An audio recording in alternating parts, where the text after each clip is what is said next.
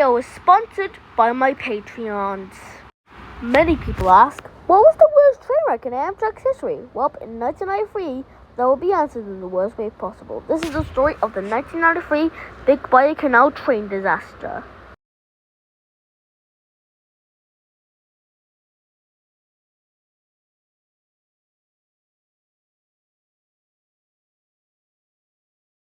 The Big Bayou Canal is a non-navigable sidearm of the Mobile River in southwest Alabama, USA.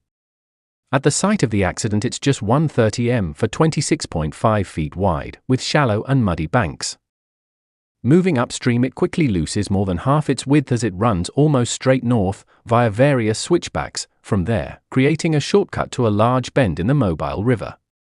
It's crossed by the Big Bayou Canal Bridge, a three-part bridge owned by CSX Transportation, the main freight train operator in the eastern United States, 15 km 9.3 miles north-northeast of Mobile, Alabama, and 85 km per 53 miles west-northwest of Pensacola, Florida. Both measurements in linear distance. At the time of the accident, the bridge was used by both freight trains, mostly run by CSX.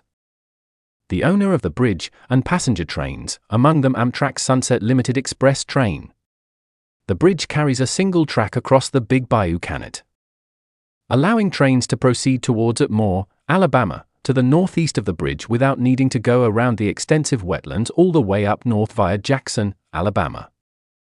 Like its neighboring bridges across the Mobile River and Tensor River, the Big Bayou Canal Bridge was fitted with sensors to register the track's braking, meant to automatically stop trains in case of sabotage or a bridge collapse. The 80-year-old bridge consisted of a 55 m 180.5 feet long truss bridge on the southwest bank and a 64 m 210 feet long wooden bridge on the northeast bank. Between the sections sat a 46 m 151 feet long steel girder bridge sitting on a sole central support column. Originally, this section had been designed to swing open and allow boats to pass, but it had never received the equipment to move it. The section had also not been permanently connected to the other two sections, but an uninterrupted railway track had been laid across all three sections. Moving northbound on Big Bayou Canal, where it had no business being in the first place, was a six-part barge group, 2 rows of 3 barges each, loaded with coal and raw iron. Pushing the unpowered barges was the towboat Mauvilla, owned by Warrior and Gulf Navigation, which had a radar system but no compass or maps on board. At the time of the accident, it was under the control of Mr. Odom, a relatively inexperienced pilot, who shared the boat with 2 deckhands and the captain. Traveling eastbound across Alabama on its way from Los Angeles, California, to Miami, Florida, was Amtrak Sunset Limited No. 2, an overnight passenger express train regularly crossing the entire USA from the west coast to the east coast. The train consisted of 7 passenger cars, a luggage car, recognizable by its roof being much lower than that of the remaining train, and 3 diesel locomotives. Leading the train was GE Genesis P40 DC No. 819. A 4-axle diesel-electric passenger locomotive measuring 21 m 69 feet in length at 121.67 metric tons. The Genesis series of locomotives is easily recognizable by featuring a sleek one-box design opposed to the usual more rugged design of American diesel locomotives with a separate hood out front and walkways around the locomotive's body. The Genesis series was constructed by General Electric following an inquiry by Amtrak looking for a relatively low, 4.37 m 14.4 feet, locomotive capable of passing the low-profile tunnels on the Northeast Corridor. The streamlined design also aids the locomotives in their performance, allowing a top speed of 166 km per hour per 103 miles per hour. At the time of the accident, number 819 was just 3 months old, having been in service for 20 days.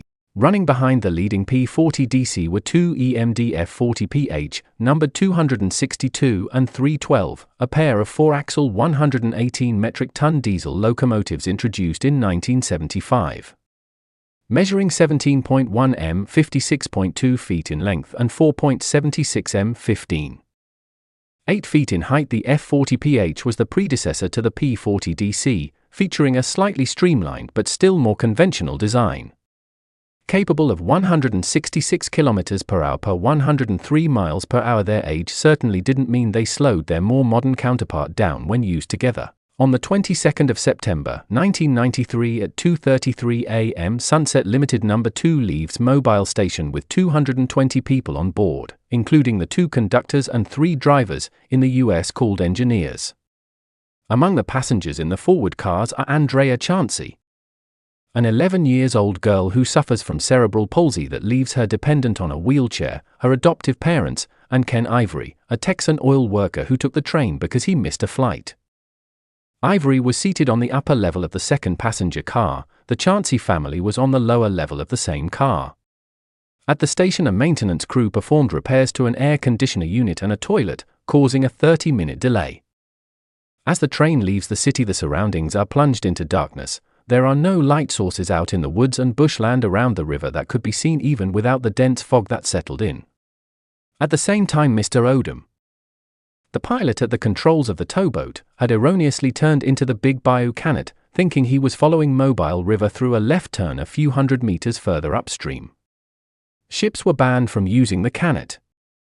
But lacking maps or a compass, Odom didn't know he was on the wrong river. With the fog getting thicker by the minute, Odom soon couldn't see the tip of the barges and chose to look for a tree on the bank to attach a rope to and wait for the fog to clear. He claims to have lowered his speed for this maneuver, but the exact speed of the ship is unknown. After 2 unsuccessful attempts to find a suitable tree with his searchlight, Odom ordered the deckhands back to the towboat, fearing they might injure themselves in the darkness and fog or go overboard. He could see the 2 banks of the river tighten on his radar and, moments before impact, saw another object on his radar right in his path. Thinking that he was on Mobile River, he figured the object to be another towboat he had let pass earlier. At 2:45 a.m. the right-hand forward barge struck the center section of the bridge, knocking it out of alignment by approximately 91 centimeters per 3 feet. As it was never fully equipped for swinging out of the way, there were no sensors reporting the bridge's movement. And the tracks on it severely kinked but didn't snap, so the track interruption sensors weren't tripped. The lines on the right-hand pair of barges had snapped as it struck the bridge, causing it to fall behind the rest of the group by 24 m 80 feet. Trapping the towboat against the bank of the river. While the crew on the boat was still trying to figure out what had happened and where they were, the Sunset Limited reached the bridge, traveling at 116 kilometers per hour per 72 miles per hour under green signals.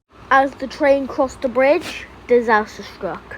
The leading locomotive struck the displaced bridge girder as it derailed, causing the center section of the bridge to collapse into the water as the locomotive drilled itself into the muddy bank until the forward 14 m 46 feet had disappeared into the mud.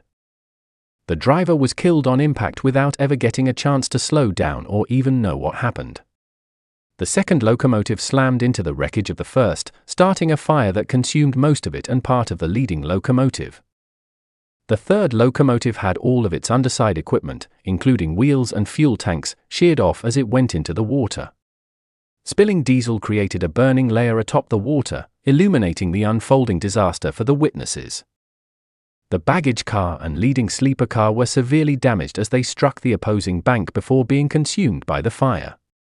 Half of the following car and the entire third passenger car were submerged in the river. The rear 4 cars remained on the bridge, with the 4th car precariously dangling off the end as it came to a stop. Back in the dining car towards the rear of the train, the conductor picks himself up from the ground and radios the drivers asking what happened. His calls remain unanswered. At 2:56 a.m. the conductor sends a mayday signal to surrounding trains, one of which then contacts the shunting yard in Mobile, from where the mayday signal is forwarded to the dispatch center in Jacksonville, Florida, and the Mobile Police Department.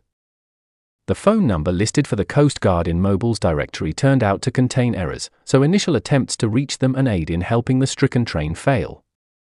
Meanwhile, the mayday call accidentally gets credited to the Mobile River Bridge, 5.1 kilometers per 3.2 miles linear distance north of the actual site. The lack of roads in the heavily wooded swampy area further slowed the response.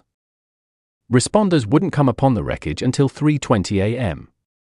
The responders headed to the site are faced with a unique problem as the area is only accessible by boat or train, and the accident destroyed the tracks and set the water on fire. Meanwhile, in the second passenger car, Ivory and Chauncey got knocked around as their car went into the water and struck the ground of the river, ending up half submerged. As the train car comes to a rest, Ivory goes to help passengers in the lower level of the car, fighting through ensuing chaos as people fight their way out of the water inside the car in near darkness. The lights inside the train failed. The only light in the car comes from the burning diesel fuel floating on the river outside the windows. Ivory later recalls someone pushing Chauncey up above the rising water, allowing him to grab her and pull her to safety. Chauncey doesn't recall who pushed her out of the water. It might have been one of her parents. She survives, but both her parents become part of the 47 victims. 103 people survive with injuries. Few people die from the crash itself. A lot of survivors succumb to fire and smoke inhalation, while some fail to leave the sinking cars or can't find somewhere outside the fire to surface and drown.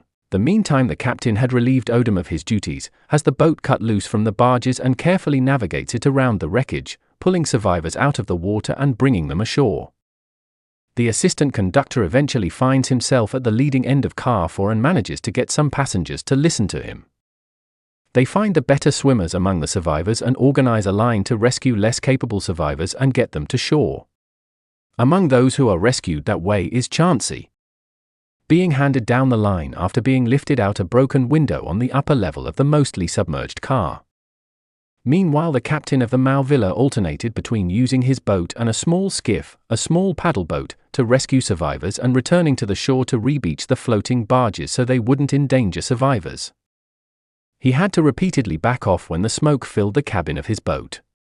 By 3:24 a.m. the Coast Guard, now almost at the site, requested assistance from any and all available boats in the area. One of the responding vessels was the Scott Pride, another towboat which managed to rescue 20 people from the water. By 4 a.m. the responders determined that there were no survivors, allowing the present fireboat to start focusing on extinguishing the flames. Eventually the fog lifted enough for 2 helicopters to help evacuating survivors. By 8:30 the last surviving passenger had left the site. Chauncey finds herself at a hospital with minor injuries including oil inhalation. It's only when relatives tell her the next day that she learns of her parents' fate. Initially, investigators focus on Odom as the sole reason for the catastrophe, suspecting that he struck the bridge which caused a collapse. Was he distracted? Was he unfit to control a boat? But the more investigators look into the chain of events ahead of what ends up being the worst accident in Amtrak's history, the clearer it becomes that they can't place sole blame on him. His confused nature found in the recorded radio calls after the accident simply came from him not knowing how he ran into something not meant to be on the river he thought he was traveling on.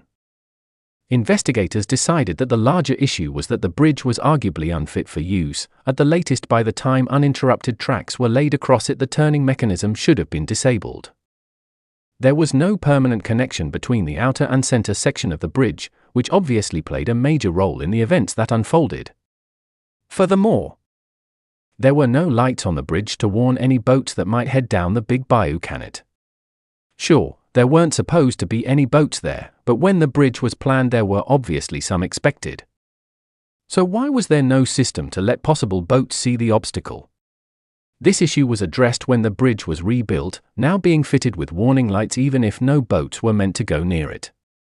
The same upgrade was given to all bridges above waterways that could be used by a boat in the state.